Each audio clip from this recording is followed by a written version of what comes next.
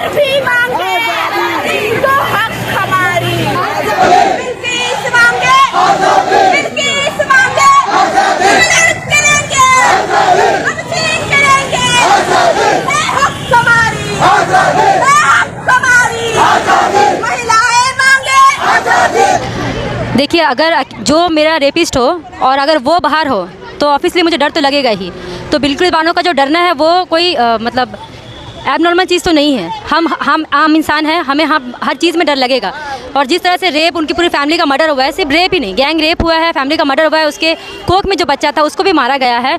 और उसके बाद जब सज़ा हो जाने के बाद अगर वो बाहर है, तब तो जिसके साथ ये जुल्म हुआ था उसको एक खौफ रहेगा कि बार बार कि दोबारा भी उसके साथ हो सकता है। और जो चीज़ हम लोग अभी देख रहे हैं कि ये पूरे देश में हमारे एक हलचल मचा हुआ है, क्योंकि ये एक औरत की सेफ्टी का बात है। हम भी एक औरत है, अगर कभी मैं बाहर निकलती हूँ, है ना, घर के अंदर बाहर कहीं पे भी ये हादसा मेरे साथ भी हो सकता है। और अगर मेरे पर ये जुल्म करने वाला अगर बाहर रहेगा तो फिर आप ये सोचो कि देश किस जगह पर जा रहा है। और ये चैलेंज करने की जहाँ बात है, बिल्किस बानो ने जो चैलेंज किया है वो बहुत ज़रूरी है और उसको करना ज़रूरी है। ये करना, अगर वो चैलेंज नहीं करेगी तो देश की जो और औरतें हैं ना, उसको भी हिम्मत नहीं मिलेगा कि हाँ, हम ये जो गलत हो रहा है, हम कहीं चुप होने की जगह पे नहीं, हमें आवाज़ उठाना ज़रूरी है। और सब मिलकर हम लोग साथ में हैं ताकि ये आवाज़ उस तक भी पहुँचे और हम लोग उनके साथ हैं। बिल्कुल इस बात पे हम लोगों को बहुत अफसोस है, मुझे तो बहुत अफसोस है, क्योंकि एक प्रधानमंत्री इस देश के प्रधानमंत्री है ना, तो सबका नज़र उनके पर था। 15 अगस्त के दिन खासकर जब वो लाल किला में जब अपने बयान रख रहे थे वो, तो हम सब टीवी पर उनको देख रहे थे। तो जब हम हमेशा बार बार सुनते हैं कि बेटी बचाओ बेटी पढ़ाओ, तो यहाँ भी बिल्किस बानो भी तो एक बेटी है। तो एक तरफ हम कह रहे हैं बेटी बचाओ और एक तरफ हम बेटी के ऊपर जुल्म करने वाले रेपिस्ट को हम बाहर छोड़ रहे हैं, तो बेटी बचेगी कैसे? यही सवाल मेरे प्रधानमंत्री से भी है कि वो मतलब कौन जहन से वो बात ये सोच रहे हैं कि बेटी को बचाएंगे कैसे? मतलब क्या है बेटी को बचाने का? बिल्कुल बढ़ रहा है ये सिर्फ रेपिस्ट नहीं, दूसरे और भी जो जुल्म करते हैं औरतों के ऊपर, उनका भी हौसला बढ़ रहा है कि अगर रेप इतनी बड़ी मात्रा में, जब एक धर्षण जब औरत के साथ होता है तो उसकी पूरी आइडेंटिटी के ऊपर सवाल उठता है, पूरा समाज उसके ऊपर सवाल करता है। तो अगर रेपिस्ट को अगर छोड़ दिया जाता है तो और भी जितने सारे वायलेंस है जो घर के अंदर हो रहे हैं, घर के बाहर हो रहे हैं, औरतों के साथ रोज़ हो रहे हैं, रोज़मर्रा गाड़ियों में, रास्ते में, घर में, तो उनको भी एक ये मिल गया ना साहस के अगर रेपिस्ट जैसे लोग छूट सकते हैं तो हम भी तो छूट सकते हैं। तो ये हर क्रिमिनल माइंड के लोगों को एक आग्रह मिल रहा है कि हम फ्यूचर में अगर हम कुछ करते हैं तो हमें आज़ादी मिल जाएगी आराम से। तो ये देश आज़ाद है तो क्राइम करके भी हम आज़ादी रहेंगे।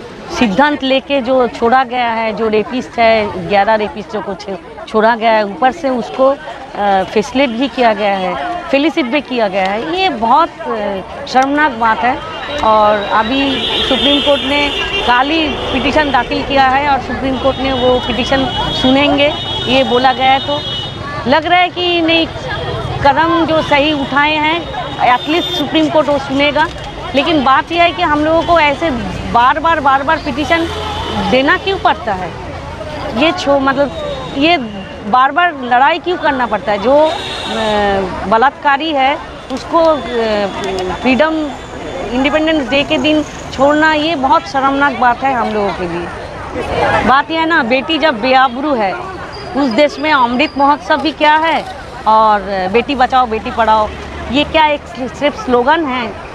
बेटी बचाओ बेटी का अगर सम्मान नहीं रहेगा तो वहाँ पे वो बेटी बचाओ बेटी पढ़ाओ पढ़ के क्या करेगा? बेटी बाहर जाके बलात्कार होगा उसका, ये सोचना पड़ेगा। और वो चुप है क्योंकि जो किया धरा है उसी का, वो एक प्रधानमंत्री है, उसके नाते उसको कुछ बोलना चाहिए था लेकिन वो बोला नहीं है।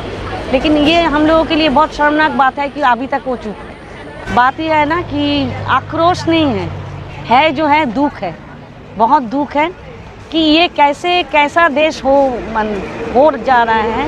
एक हाथ में हम लोग बोल रहे हैं कि बेटियों को सुरक्षित रखेंगे, दूसरे हाथ में जिस बेटियों के साथ बलात्कार ऑलरेडी हो चुका है उसका जो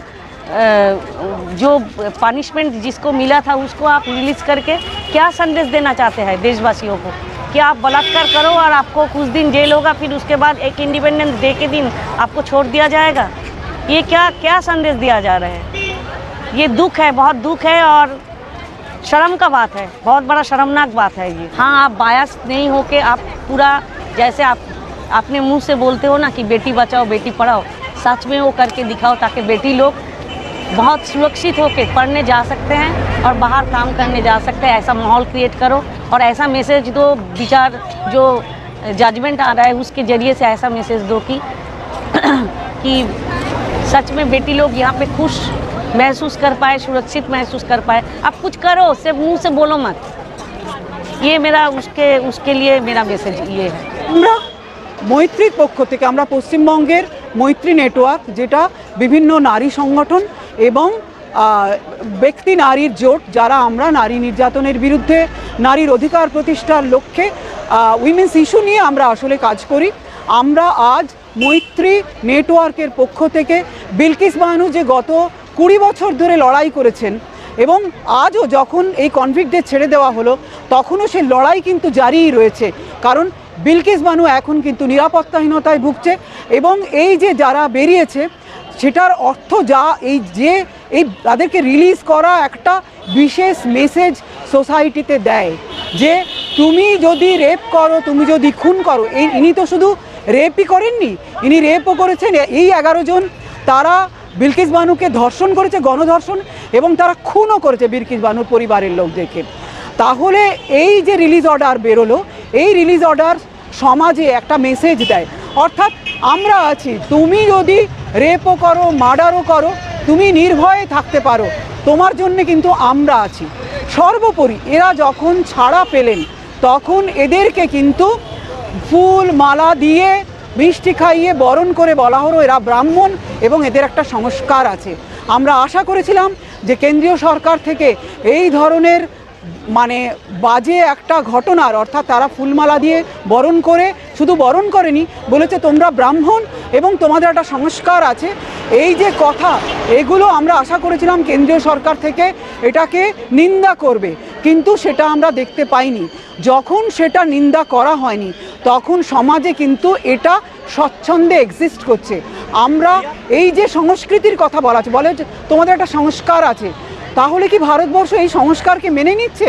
আমরা ভারতবাসী হয়ে বলছি, আমরা এই ধরনের সংস্কার, এ ধরনের কালচার, এ ধরনের আইনি ব্যবস্থা যা পলিসিকে রিলিজ অর্ডারের পলিসিকে ভায়োলেট করে 11 জন দোষীকে দোষী সাব্যস্ত হওয়া অপরাধীকে রিলিজ করে দেয়, মুক্ত করে দেয়, হ্যাঁ, আমরা এর থেকে নিজেদের বিচ্ছিন্ন ঘোষণা করছি। এবং সেই সঙ্গে আমাদের স্পষ্ট দুটো দাবি। এক হচ্ছে, সুপ্রিম কোর্টের কাছে আমরা দাবি করছি যে আপনারা এক্ষুনি ইমিডিয়েটলি এই যে রিলিজ অর্ডার সেটাকে আন্ডু করুন, নস্যাৎ করুন, নাকচ করুন, এইটা একটা।